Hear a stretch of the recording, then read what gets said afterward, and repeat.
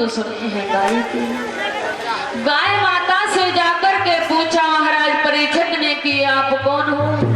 गाय ने जवाब दिया कि मैं पृथ्वी रूपी गाय हूँ, मेरे पीछे ये धर्म रूपी बैल है, इसके 3 पैर तोड़ दिए गए हैं और उसके पीछे से ये कलयुगों ने रौंदाता हुआ चला आ रहा है।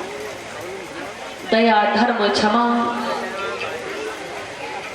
कथा प्रेमी भक्तों बताया कि मात्र 3 पैर टूट गए हैं और 1 पैर बचा हुआ है। कथा के रसिक श्रोता, महाराज परीक्षित ने जैसे इतनी बात सुनी कि ये काला कुरूप चांडाल कलयुग है, उसी समय पर अपनी नग्न तलवार उठाई और कलयुग के लिए मारने के लिए जैसे ही दौड़े तो महाराज कलयुग ने हाथ जोड़े और कहा कि प्रभु अपनी तलवार जरा नीचे कर लो, हमारी बात तो जरा सुन लो। महाराज परीक्षित ने जवाब दिया, तेरी मैं क्या बात सुनूंगा? मेरे राज्य में तू प्राणियों के लिए इतना दुख दे रहा है, तू इतना दुख दे रहा है, परेशान कर रहा है, अब मैं तुझे जिंदा नहीं छोड़ूंगा। लेकिन कलयुग कहने लगा कि महाराज सुनिए, मेरी एक बात सुनिए। तो जवाब दिया कि चल सुना।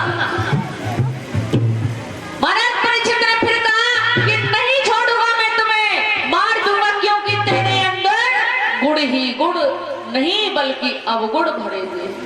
महाराज परीक्षित से उसने कहा कलयुग ने कि प्रभु महाराज मेरे अंदर अवगुण के साथ साथ कोई ऐसा एक गुण और है जो संसार के जो कलयुग के मनुष्य हैं उस गुण से उस संसार के मनुष्य का उद्धार हो सकता है। महाराज परीक्षित ने कलयुग से जवाब दिया कि दुष्ट तेरे अंदर गुण तो हो ही नहीं सकता। लेकिन कलयुग ने जवाब दिया कि सुनिए, मेरे अंदर एक गुण है। क्या? कि कलयुग का समय आने के बाद में यदि कोई व्यक्ति मात्र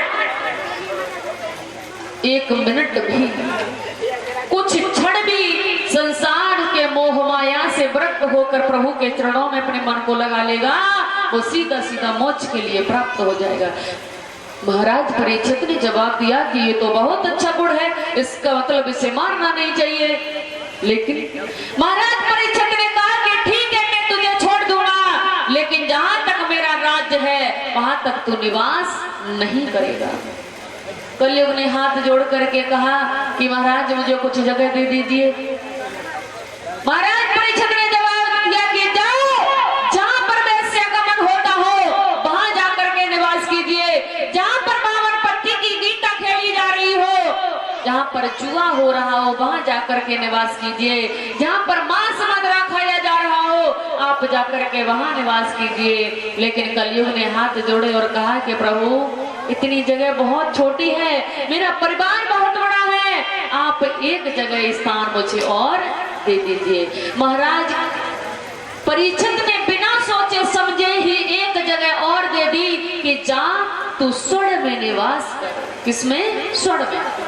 लेकिन वो सोना कौन सा बताया कि तू स्वर्ण में निवास कर? जिस सोने को कोई व्यक्ति चोरी से छीन करके लाया हो, छल कपट से छीन करके लाया हो, उस सोने में निवास कर। लेकिन जो महाराज परीक्षित अपने सिर पर मुकुट धारण किए हुए थे वो उनके भीम बाबा जी का मुकुट था।